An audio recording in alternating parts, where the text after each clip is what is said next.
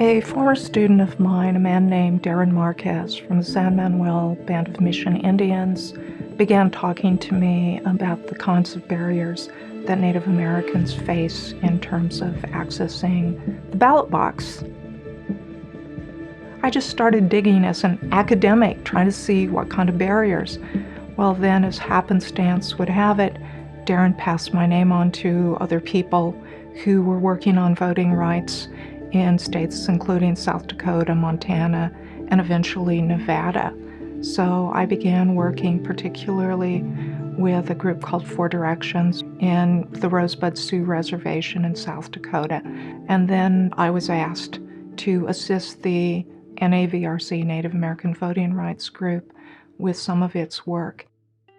In the summer of 2016, the NAVRC had gotten funding from the Kellogg Foundation to do the first ever serious survey research on reservations, and in this case, 4 Directions with students from CGU and me did surveys throughout reservations in South Dakota and Nevada. Dr. Schroedel reached out to myself and several students and asked us to come on this trip.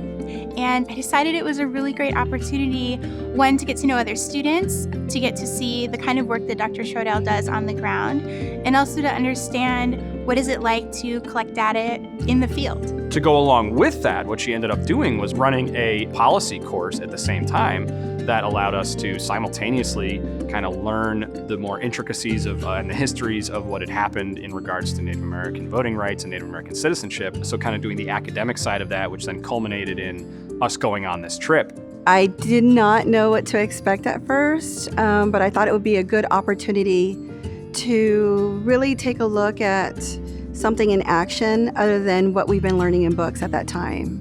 We went and we surveyed almost 1,500 members of the different tribes, and the survey really was to determine what kinds of issues they did or did not have with respect to registration and voting. In a number of cases, people hadn't truly realized how much of a barrier they faced, how their situation was different from others, because the discrimination in some ways had become so normalized. Locations for voting were not on reservation land, so they would actually have to travel outside of the reservation. And sometimes that's not possible. Typically, what happens when there are distances that people have to travel to vote, you'll find that as the distance gets greater, most populations, people will switch to voting by mail. This does not work for American Indians for a couple of reasons. One is most of them do not get mail at home. But the other issue that comes into play is they do not trust the local election officials to actually count their ballot.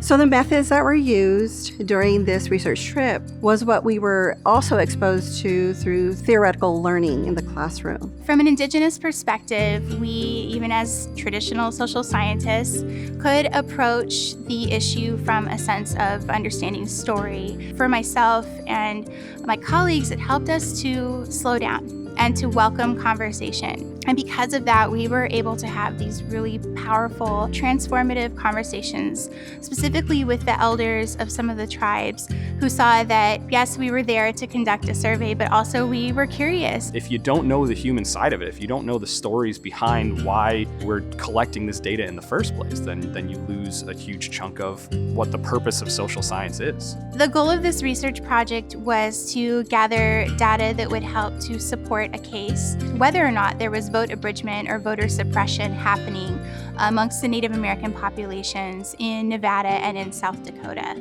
So on Election Day, Native Americans do have access to polls on the reservations at their local high schools, at their community centers. That was not the issue that this group 4 Directions was suspicious of. What they were curious about was whether or not the Native communities were being denied access to early voting opportunities and methods that were made easily and readily available to other communities within the state. I mean, the state of Nevada has satellites all over the state that are designed to increase voting, to make it convenient, but they did not have any on a single reservation. So this lawsuit, it was Sanchez v. Sikfosky. They used the data that our surveys, that our students had compiled. And for the first time, some of those places had actual access that was equal to what existed for other Nevadans. We actually did something we can see concretely changed for the better people's lives.